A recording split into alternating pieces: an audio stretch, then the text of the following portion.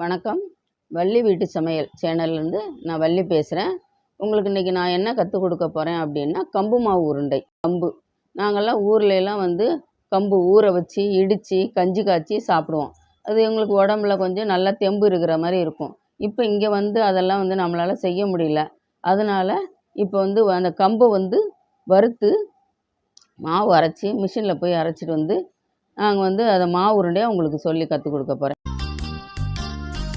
கம்பு 1 கிலோ கம்பு எடுத்திருக்கேன்.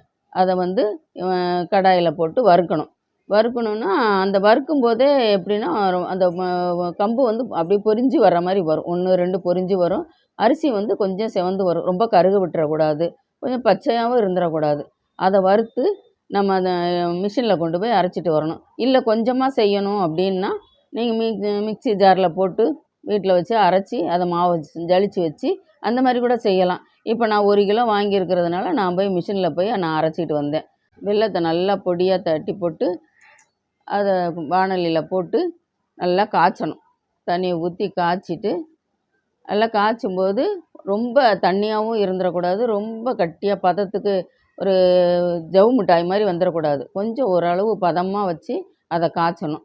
அதை காய்ச்சிட்டு இங்கே அது காய்ஞ்சிக்கிட்டு இருக்கும்போதே இங்கே ஒரு பாத்திரத்தில் அந்த மாவை போட்டு அதில் கொஞ்சம் 1 ஸ்பூன், ஒரு 1/2 கிலோ போடுறோன்னா 1/2 கிலோவுக்கு 1 ஸ்பூன் சுக்குத்தூள், சுக்கு நல்லா பொடி பண்ணி வச்சுக்கிட்டு அது 1 ஸ்பூனு சுக்குத்தூளை போட்டு நல்லா பிசைஞ்சிடணும். ஒன்று போல் பிசைஞ்சு கொண்டு வரணும். நல்லா பிசைஞ்சிட்டு இந்த காய்ச்சி வச்சுருக்கோம் பார்த்திங்களா வெல்லம், அதை அந்த கம்பு மாவில் ஊற்றணும், வடிகட்டி ஊற்றணும். ஏன்னா சும்மா ஊற்றினோம்னா அடியில் திப்பி திப்பியாக இருக்கும், லேசாக மண் இருக்கும், குச்சி இருக்கும். அதனால வடிகட்டிடணும். ஜல்லடையை வச்சு நல்லா வடிகட்டி அந்த மாவில் ஊற்றி நல்லா கிளறணும். நல்லா நம்மளுக்கு கையை வச்செல்லாம் கிளற முடியாது, சூடாக இருக்கிறதுனால. அதனால் ஏதோ ஒரு கரண்டியோ ஏதாவது ஒரு கரண்டி காம்பு வச்சோ எப்படியாவது வச்சு அதை வச்சு கிளறணும். நல்லா கிளறிக்கிட்டே வாங்க.